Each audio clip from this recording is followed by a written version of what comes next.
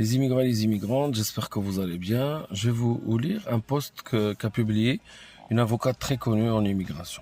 Juste une précision, cette publication a été partagée par l'avocate Nadia Barou. Merci.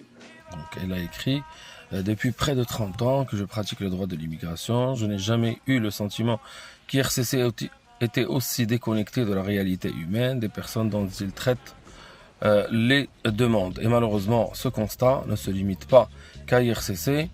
On l'observe également au MIFI et dans plusieurs autres organismes appelés à rendre des décisions qui changent pourtant le cours de la vie.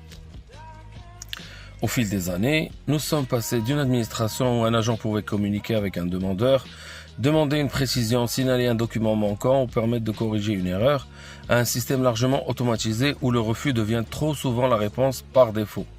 Les technologies dans l'intelligence artificielle occupent désormais une place grandissante dans le traitement des dossiers. Même si IRCC affirme que les décisions finales demeurent prises par des agents, cette automatisation contribue indéniablement à une approche beaucoup plus impersonnelle du traitement des demandes.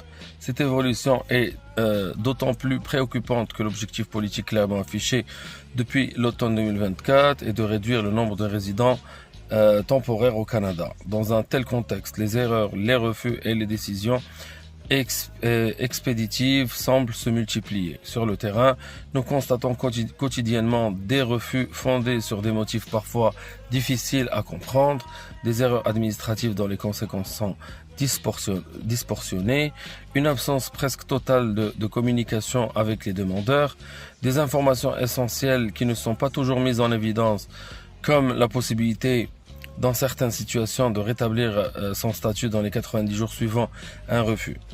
Pour résumer, l'efficacité administrative est souhaitable.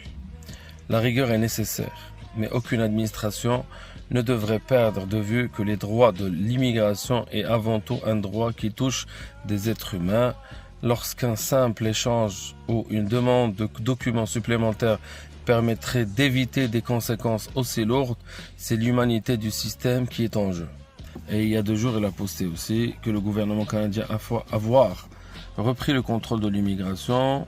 Elle dit « Je me demande toutefois s'il y a vraiment de quoi se vanter lorsqu'on regarde à quel prix cette pièce a été obtenue. Pendant la pandémie, le Canada a fait appel massivement à des travailleurs étrangers pour répondre à des besoins criants de main-d'œuvre. Il fallait remplacer celles et ceux qui craignent pour leur santé, préféraient rester chez eux et bénéficier de la PCU. Ils étaient dans les CHSLD, les hôpitaux, les services d'entretien.